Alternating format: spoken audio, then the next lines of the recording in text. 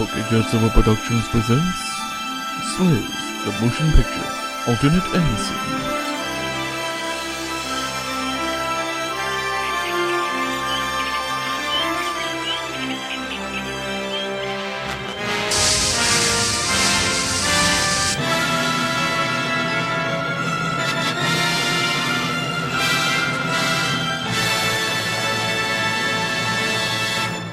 One early afternoon at the Hot Spring Hotel that Lena Inverse and Naga the White Serpent are at, Naga pays Lena a little visit. Hello, Lena. Hello, Naga. What do you want? Oh, not much. I just thought I'd mention an interesting little story about a little something that happened to me this morning. You remember that little incident the other night when those three young ladies in swimsuits were informing the customers about the hot springs? Oh, yeah, I remember. Wasn't that when you were showing off about how much of a big hot spring expert you are? Well, of course I would. My information was far more accurate. But anyways, those three ladies approached me this morning and told me about how much they admire my brilliance in hot springs and they want to be my apprentices. Really? That's weird. I would have thought that they would want to hate you. What with the fact that you did show them off a lot that night, and that little scene you made might have cost them their jobs and all.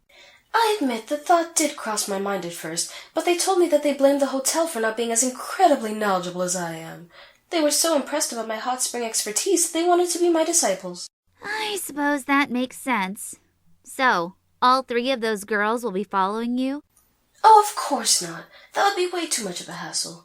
I told them that I would only be taking one of them as my apprentice. They were a little disappointed at first, but they seemed to understand. The process of elimination was very easy. First there was Lufa, who was that small red-haired girl. Even though she had more of a pleasant disposition, she reminded me way too much of you, so that immediately ruled her out. Then there was Rinse, who had that shiny blue hair. While she and Lufa do have a bit of a more body than you ever would, she would seem rather plain compared to someone like me. So I'm leaving her behind. But that's not such a bad thing.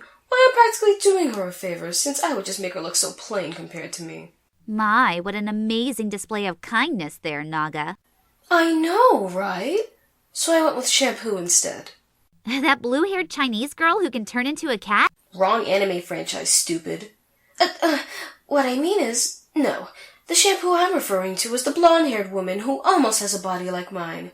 Now I knew she was the one who would be my new traveling partner and Hot Springs apprentice. Oh, really? Oh, yes, Lena, I must say, this will be a nice change of pace to me. I get to have a traveling companion who doesn't dwarf me in size for once. Is that so, Naga? Oh, yes, quite. It's nice that I get to be with a young woman with a body about as perfect as mine who practically adores me, rather than some flat-chested little girl who can be quite the temperamental little brat. Ah, yes, it's so nice to have a far prettier and more womanly traveling partner for once, Lena. Oh, we will have so much fun together later.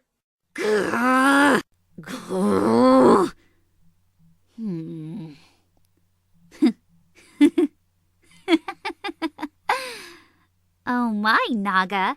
I had no idea you ever swung that way. Swung what now? Oh, you knew what I meant, Naga. Apparently you're so into the ladies, huh? What? You heard me. Though I guess in retrospection I shouldn't be too surprised. After all, you love to think of yourself as the sexiest woman ever, yet I hardly ever see you with a guy, despite how you can easily get one. Hey now, just because I love to flaunt my body every chance I get doesn't mean I use it that way. Perhaps, but there is also the fact that you seem to be so fixated on the female form. You constantly mock me because I'm so much smaller than you. But in retrospection, perhaps that is a good thing that I don't quite have a body like yours. Otherwise, who knows what will happen? Oh, don't flatter yourself, Lena. Anyways, what are you prattling on about? Isn't it obvious, Naga?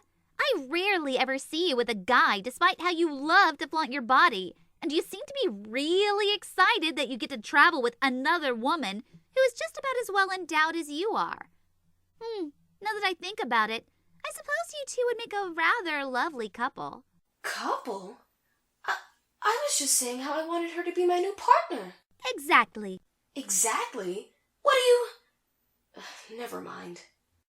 Oh, but I suppose I should have seen the signals that night when you had that smug smile while you were bragging about your oh-so-superior knowledge about hot springs. Either you were being facetious, or you were flirting with her that night. I was being facetious that night, Lena. You know very well how arrogant I can be. True, but now after that display, you practically have her adoring you.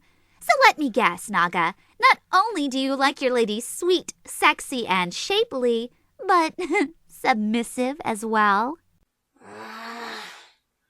Oh, Naga, I am so happy for your new relationship since you did say you will be having so much fun with her later. So, what kind of fun did you mean, Naga? Oh, who am I kidding? We all know what you meant, but don't worry, Naga. I'm sure you will get laid with Shampoo in no time. After all, Naga, you did like to brag about how this lady Shampoo seems to adore you, so she probably wants some action too. Oh, you've gone too far this time, Lena. How dare you use my laugh against me? Really, Naga? I can't help but notice how that was the only part you objected to.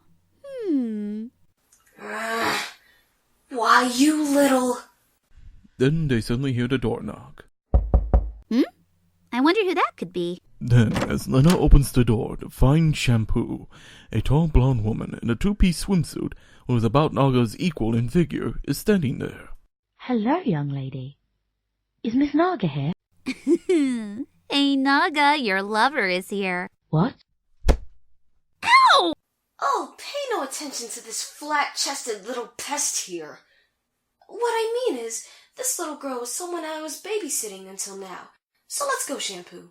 All right. Meanwhile, as Naga and Shampoo are outside walking along near the beach, Shampoo is now holding Naga's hand, in which Naga quickly noticed.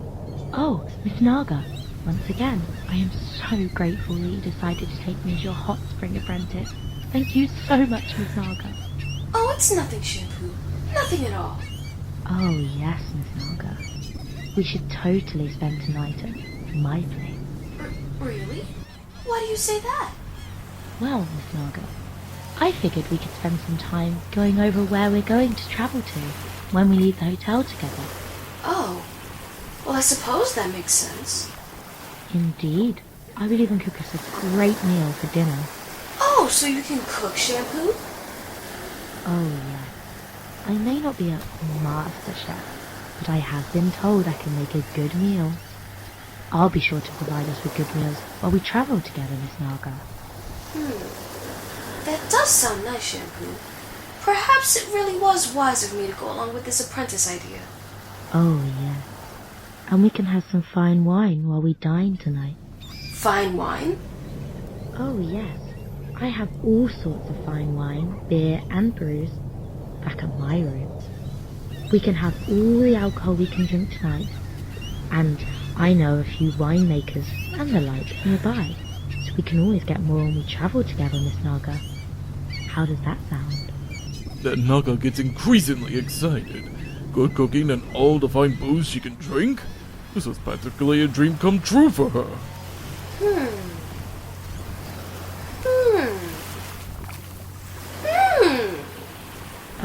Miss Naga, is something wrong? Yes! Then Naga quickly and gleefully embraced Shampoo, pressing her body with Shampoo's.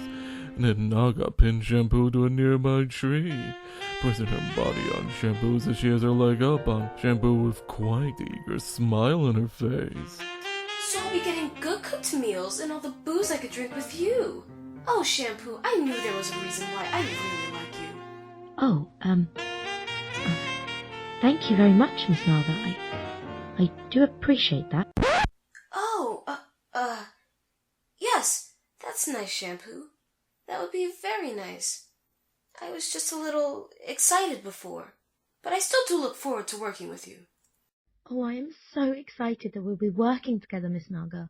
We are going to have so much fun in my bedroom tonight. Then Naga was starting to think about a little something Lena said to her just a short while ago.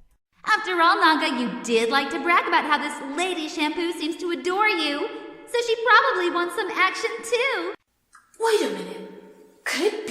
flat-chested little brat was actually right?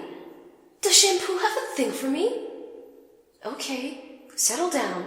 There's a very good chance that this is all just a misunderstanding, and if not, well, at least I'll be getting plenty of good booze to go along with it. Then the two ladies leave the scene to head for Shampoo's room. The end.